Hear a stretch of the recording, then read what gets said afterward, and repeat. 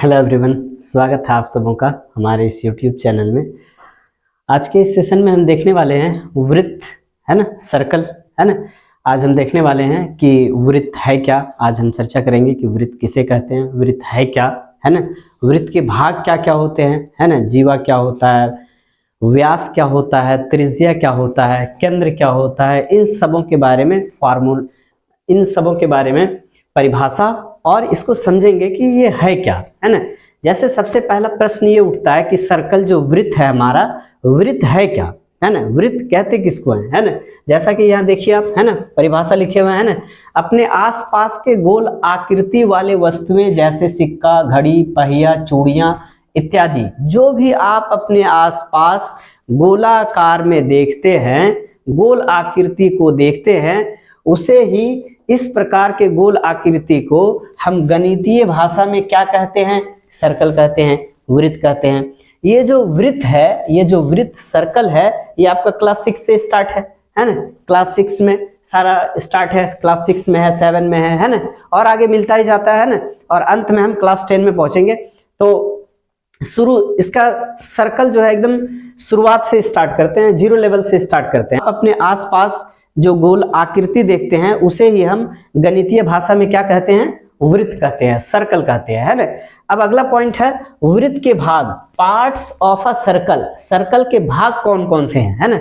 तो पहला भाग है आपका केंद्र। पहला भाग क्या है, केंद्र। परिभाषा देख लीजिए पहले क्या है, वह बिंदु जिससे वक्र के प्रत्येक बिंदु की दूरी बराबर होती है केंद्र कहलाती है।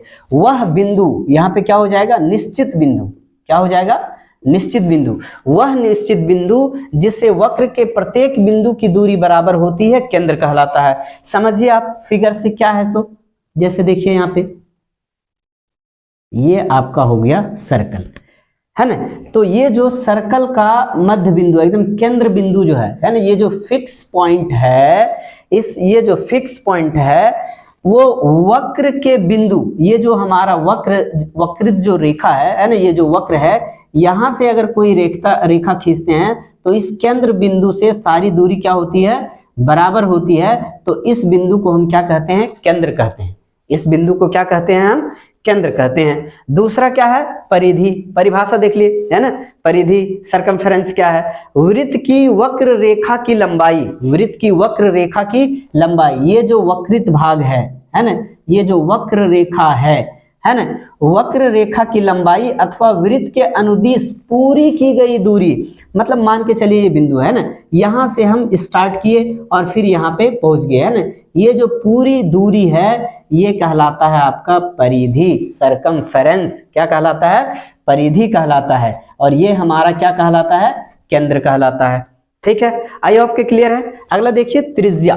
क्या है, त्रिज्या, रेडियस। समझिए इसको, रेडियस क्या है ना, रेडियस समझिए क्या है। परिभाषा देख लीजिए क्या है रेडियस का, वृत्त के केंद्र से, वृत्त के केंद्र से, ध्यान दीजिए ये हमारा सर्कल हो गया, है ना, वृत्त के केंद्र से, वृत्त के केंद्र से परिधि के किसी भी बिंदु तक, परिधि के किसी भी बिंदु तक खींची गई रेखाखंड की लंबाई को त्रिज्या कहते हैं। मतलब देखिए वृत्त के केंद्र से परिधि तक खींची गई रेखाखंड की लंबाई को क्या कहते हैं, त्रिज्या कहते हैं। मतलब ये हमारा क्या है, ये हमारा हो गया त्रिज्या हो गया, है ना। वृत्त के केंद्र से परिधि तक की जो रेखाखंड की लंबाई है ये क्या कहलाता है, वृत्त कहलाता है। ठीक है, अब देखिए ये भी समझ में आ गया वृत्त क्या है ना। ये जो अब अगला है व्यास। अगला क्या है आपका, व्यास, डायमीटर, है ना। इसका परिभाषा पहले देख लीजिए क्या है, वृत्त का व्यास वह रेखाखंड है, वह रेखाखंड है, कौन सा रेखाखंड है, जो वृत्त के केंद्र से गुजरे और उसके दोनों सिरे वृत्त की परिधि पे हो। जैसे दोनों सिरे जो है वो कहां पे हो, वृत्त की परिधि हो। और दूसरा शर्त क्या है, ये केंद्र से होकर जाना चाहिए। जैसे देखिए ये है ना, वृत्त का व्यास वह रेखाखंड है जो वृत्त के केंद्र से गुजरे, वृत्त के केंद्र से गुजरे और दोनों सिरे कहां पे हो, परिधि पे हो, दोनों सिरे कहां पे हो, परिधि पे हो, तो इस रेखाखंड को हम क्या कहते हैं, इस रेखाखंड की लंबाई को हम कहते हैं व्यास। इस रेखाखंड की लंबाई को क्या कहते हैं, व्यास कहते हैं, है ना। और ये व्यास जो हमारा d है ये क्या बन जाएगा, 2r बन जाएगा। क्यों बन जाएगा 2r, देखिए चूंकि ये क्या है, त्रिज्या है, हाफ ये क्या है, त्रिज्या है, फिर इधर आधा ये क्या हो गया, त्रिज्या हो गया, मतलब ये दोनों को जोड़ेंगे तो क्या बन जाएगा, ये व्यास बन जाएगा। इसीलिए d बराबर फार्मूला क्या होता है, व्यास बराबर फार्मूला क्या होता है, 2r होता है ना। और त्रिज्या r बराबर फार्मूला क्या होता है, d/2। क्यों होता है, क्योंकि ये जो त्रिज्या होता है वो व्यास का आधा होता है ना, व्यास का क्या होता है, आधा होता है। ठीक है, चलिए आगे देखते हैं। अगला है आपका, ये व्यास हो गया, है ना, जीवा। अगला क्या है, वृत्त का भाग जो है ना, पार्ट्स ऑफ अ सर्कल का अगला पार्ट है हमारा जीवा, कॉर्ड, है ना। समझिए ये जीवा क्या है, कॉर्ड क्या है आपका, है ना। देखिए परिभाषा देख लें पहले आप। वृत्त की परिधि पर स्थित किन्हीं दो बिंदुओं को मिलाने वाली रेखाखंड को जीवा कहते हैं। देखिए समझिए, ये हमारा क्या हो गया, वृत्त की परिधि हो गया, है ना। ये क्या हो गया, हमारा वृत्त की परिधि हो गया, है ना। वृत्त की परिधि पर स्थित किन्हीं दो बिंदुओं, कोई भी दो बिंदु ले लीजिए आप, है ना। वृत्त की परिधि पर स्थित दो बिंदुओं को मिलाने वाली जो रेखाखंड है वो क्या कहलाती है, जीवा कहलाती है, कॉर्ड कहलाती है ना। क्या कहलाती है, जीवा, है ना। इसको हम क्या कहेंगे, जीवा। कोई भी दो बिंदु ले लीजिए, है ना, इसको यदि मिलाएंगे तो ये रेखाखंड जो है हमारा क्या कहलाएगा, जीवा कहलाएगा, है ना। और वृत्त का व्यास जो होता है वो सबसे बड़ी जीवा होता है ना। वृत्त का जो व्यास होता है, ये जो व्यास है जो केंद्र से होकर जाता है, ये क्या कहलाता है, ये जो वृत्त का व्यास होता है वो वृत्त का सबसे बड़ा जीवा होता है ना। देखिए जीवा और व्यास में फर्क क्या है, व्यास जो है वो केंद्र से होकर जाती है ना। व्यास जो है वो क्या होता है, केंद्र से होकर जाती है। यदि केंद्र से होकर नहीं जा रही है तो फिर क्या बन जाएगा, जीवा बन जाएगा, है ना। व्यास भी एक प्रकार का जीवा है, व्यास भी एक प्रकार का क्या है, जीवा है, जो वृत्त की सबसे बड़ी जीवा होती है।